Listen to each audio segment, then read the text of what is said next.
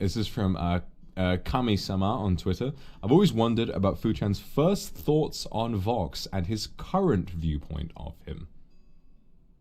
My first viewpoint on you. Honestly, like I heard you talk about the very realistic parts of it a couple of months ago, where you were talking about when I first showed up, you were like, is this guy going to come in and steal my fans? Is he going to absolutely destroy me? Like my first viewpoint, like the first thing I ever heard from you was just like the little voice grabs that we always do. So you being like, oh, well, speak of the devil. Speak of the devil. And I just heard that and I was like, oh, this is going to be my counterpart? I'm fucked. Like, damn, his voice is so fucking sexy. His model is so freaking cool. He looks like fucking Hua Chung. Hua Chung, yeah. One of my favorite novels, like with the long dark hair. And no, I was like, genuinely, like you're not even wrong. The amount of times I've seen art of Hua Cheng and retweeted it, thinking it was art of me. I've seen you do that. Yeah, it's like, yeah, that's definitely me. I'm like, does he realize this is my boy Hua? It's so funny. Oh man, but yeah, no, that was my first impression. I was just like, oh, I hate this. I'm gonna be forever seen as like the inferior Lambro.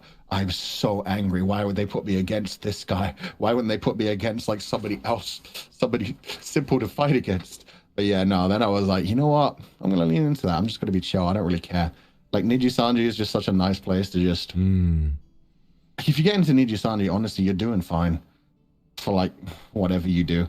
You just have to, from that point, decide. Like I've said this to you and the Luxium boys before, and I've said this on my own channel before, but I think only on membership streams, is that because Luxium did so well, I feel like the pressure was off for Noctix.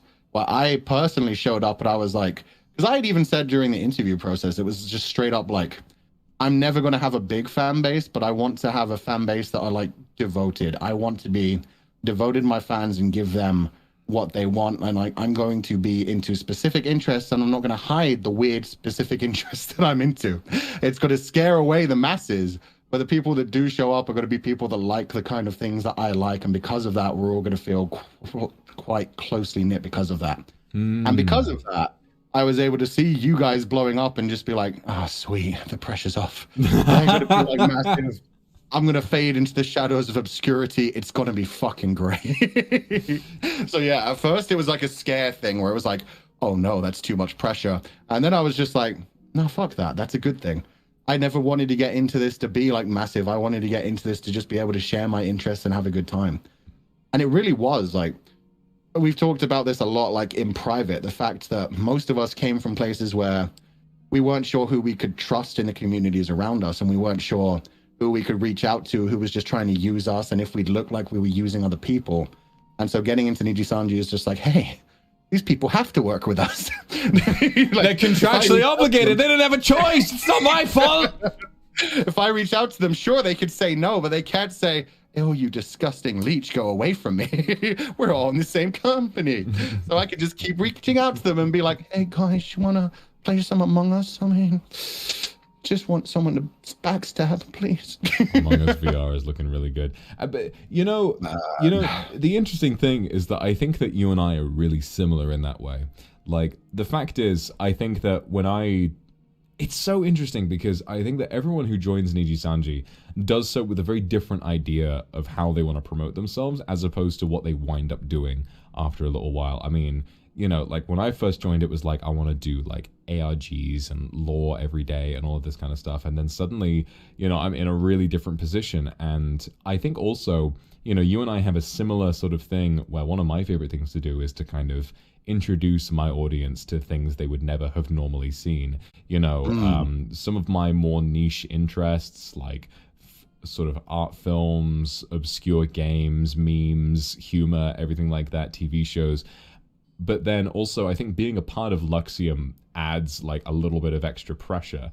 And maybe I adapted to that well, maybe I didn't, you know, by sort of like trying to adapt to that idea of what gets good viewership, what doesn't.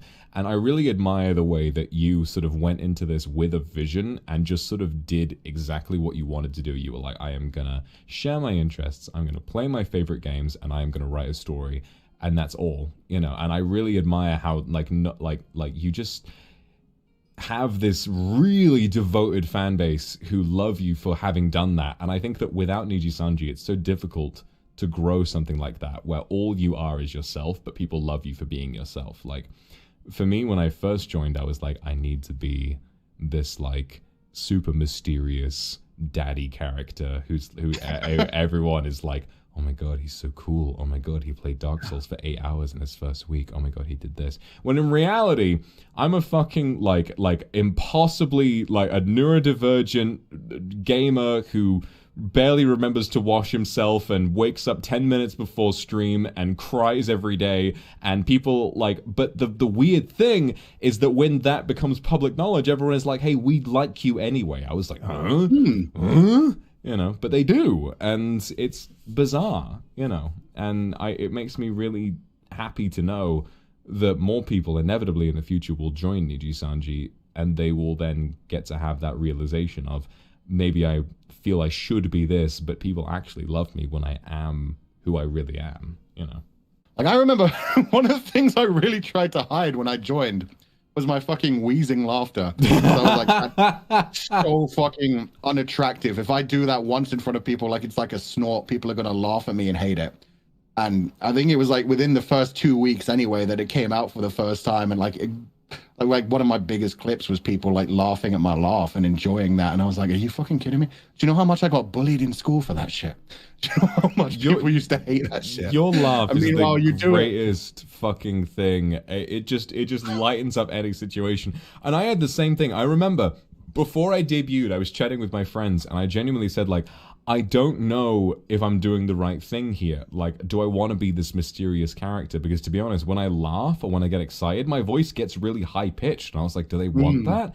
Surely I should have a deep voice all the time. Surely I should have this deep, like, daddy dom voice 100% of the time. But then it turns out people absolutely love it when I see that picture of that content-aware scale dog, and I start honking in this really high-pitched voice. You know, it was hilarious, man. And then you posted it on Twitter, and people were like, "This is what I am." That's all it was. I've never laughed that hard on stream before, and I hope I get to laugh that hard again because it was fantastic. I've watched clips of that a bunch of times, and I listened to it, and I'm like, yeah, I'm so glad I was having a good time.